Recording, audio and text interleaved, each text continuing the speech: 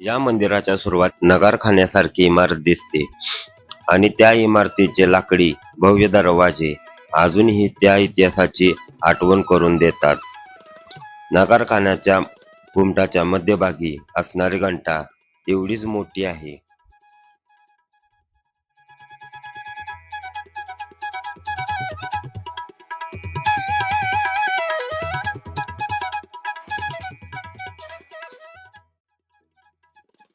पुढे जाता क्षणी लागतो तो सभा मंडप.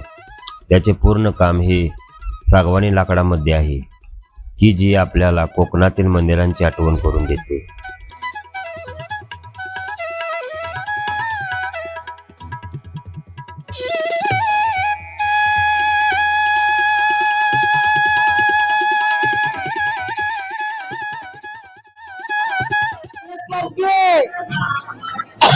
कोणत्या देवीची बरडे? अंबाबाईची होय. गारातले कापतो तळून शिरवण चलपूर वडगाव.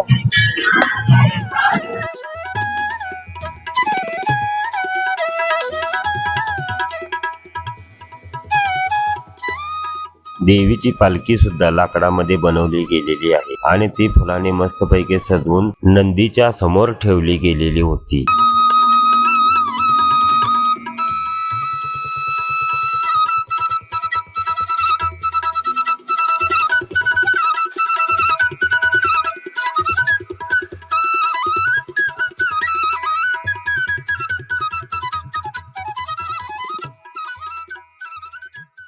मंदिराचे वैशिष्ट्य म्हणजे याला 2 गाभारे आहेत.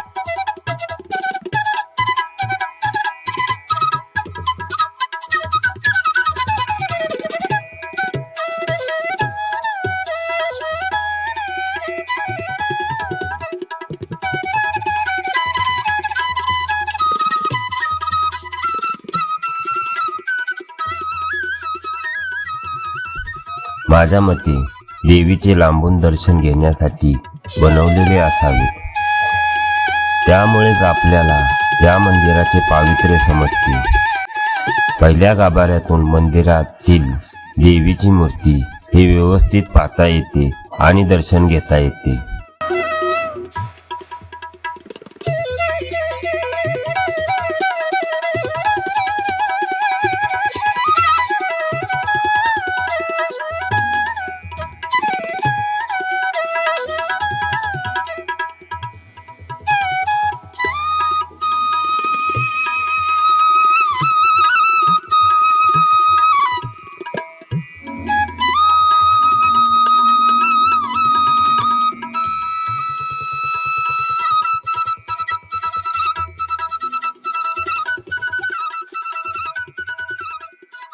या मंदिराचा इतिहास रवी पुजारी आपल्याला सांगतील. नमस्कार, मी रवी पुजारी, चामुंडामाता मंदिर वडगाव या ठिकाणी पुजारी म्हणून आहे.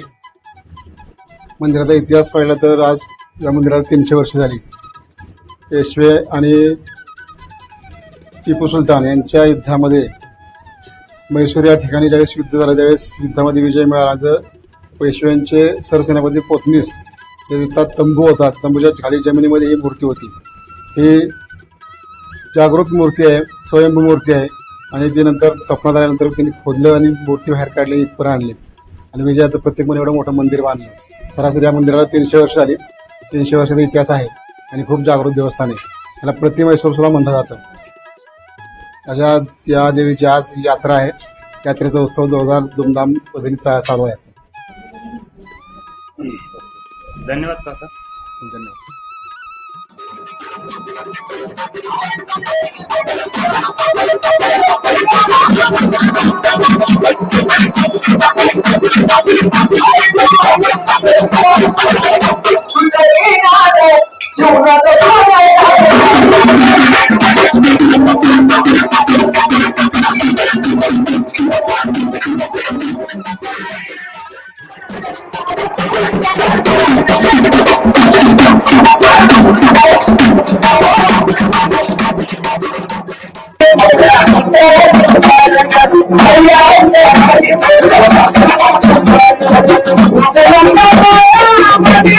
Thank you.